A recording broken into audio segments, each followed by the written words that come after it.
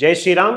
సద్గురు శ్రీ శివానంద గురవే నమః. ఈ రోజు మనం రామాయణంలోని మరో ముఖ్య మహర్షి, ఒక విధంగా రాముడిని తీర్చిదిద్దిన మహర్షి ప్లస్ రావణాసురుణ్ణి సంహరించగల కెపాసిటీ ఇచ్చినది అని చెప్పుకోవచ్చు. తను బ్రహ్మర్షి విశ్వామిత్రుడు. బ్రహ్మర్షి విశ్వామిత్రుడు రాముడు ఆల్మోస్ట్ 15-16 ఇయర్స్ స్పాన్ లో ఉన్నప్పుడు ఫస్ట్ టైం తను ఎంట్రీ ఉంటుంది. సో తనతో పాటు తన యజ్ఞం చేస్తున్నాను, సో దానికి ప్రొటెక్టర్లు కావాలి, రామలక్ష్మణులు పంపించు అని దశరథుడికి చెప్పి రామలక్ష్మణులు పట్టుకుని వెళ్తాడు. పట్టుకొని వెళ్ళి అప్పటి నుండి అంటే తను పట్టుకుని వెళ్ళడం తన యొక్క యజ్ఞ సంరక్షణ తను చేసుకోలేక కాదు, రాముడిని మనకి అంటే భావి తరాల వారికి ఒక ధర్మస్వరూపుడుగా, అదే విధంగాను అధర్మాత్ముల పార్టీ సంహరించేవాడిగా తీర్చిదిద్దడానికి తను వచ్చిన వ్యక్తి మాట. సో ఎందుకంటే బ్రహ్మర్షి తనకి తెలియని వ్యవహారం ఏమి లేదు. సో రాముడు ఎవరో తనకు తెలుసును, అంటే సాక్షాత్తు శ్రీమన్నారాయణ అంటే రాముడిగా పుట్టాడని తెలుసును.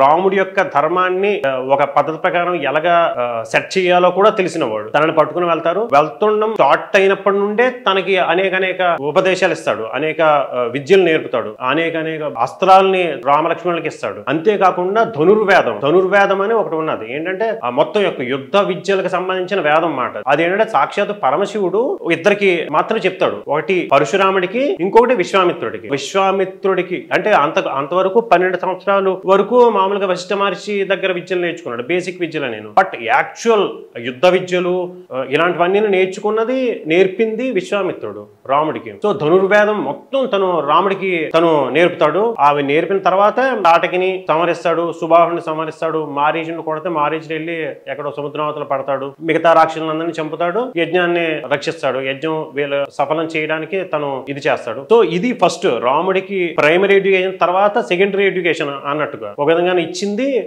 బ్రహ్మర్షి విశ్వామిత్రుడు. అంతేకాకుండా రాముడికి ఫ్యూచర్ లో మనందరికి ఇప్పుడు మనం రాముడు అంటే ఒక ధర్మస్వరూపుడు, రాముడిని చూసి ప్రతి మానవుడు నేర్చుకోవాలి అని అనుకునే రాముడి యొక్క గుణాలన్నింటినీ ఒక విధంగా సెట్ చేసింది విశ్వామిత్రుడు అన్నాడు.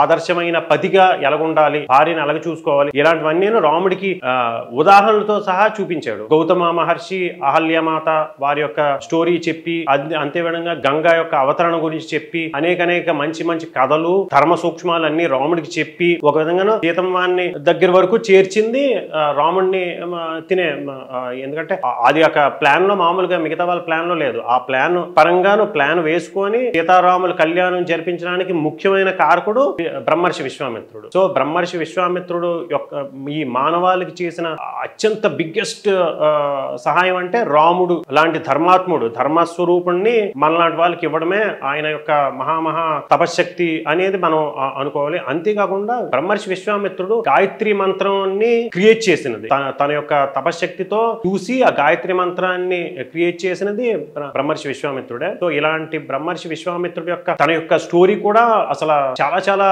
Great story. తన యొక్క బ్రహ్మర్షి ఎందుకంటే by birth he's not a ఋషి, తను ఒక క్షత్రియుడు, కింగ్. సో ఒక కింగ్ ఒక విధంగాను బ్రహ్మర్షిగా మారే క్రమం అనేది తన యొక్క ఎన్నో కష్ట నష్టాలు వచ్చి, అంటే మొట్టమొదట ఋషిగా అవుతాడు, అనేక 1000 సంవత్సరాలు తపస్సు చేసి ఋషి అవుతాడు, తర్వాత ఇంకొక 1000 సంవత్సరాలు బ్రహ్మర్షి అవుతాడు, తర్వాత మహర్షి అవుతాడు, తర్వాత బ్రహ్మర్షి అవుతాడు. ఈ దీంట్లో అనేక కష్ట నష్టాలు సహజంగా మానవులకు ఉండే కామక్రోధ మోహలో మదమత్సర్యాలు గురయ్యి అవన్నీ తను ఓడించి బ్రహ్మర్షిగా ఎలాగ మారాడు అనేది అసలు అలాంటి క్యారెక్టర్ మన యొక్క పురాణాల్లో గాని ఇతిహాసాల్లో గాని ఇంకొకటి ఉండదు. అంతటి మంచి గ్రేటెస్ట్ క్యారెక్టర్. అలాంటి గ్రేటెస్ట్ క్యారెక్టర్ ఉన్న విశ్వామిత్రుడు లాంటి వాడు గురువుగా వచ్చి రాముడిని తీర్చిదిద్దడం అనేది అసలు రాముడే అసలు ఎంతో గర్వంగా చెప్పుకుంటాడు, నేను వశిష్ఠ మహర్షి విశ్వామిత్ర మహర్షుల యొక్క శిష్యుడిని అని. సో అలాంటి రాముడే చెప్పుకునేంత గొప్ప వాళ్ళు అంటే అలాంటి వాళ్ళ యొక్క పేరు మనం ఉచ్చరించినా కూడా మన యొక్క జన్మ ధన్యమైంది. అలాంటి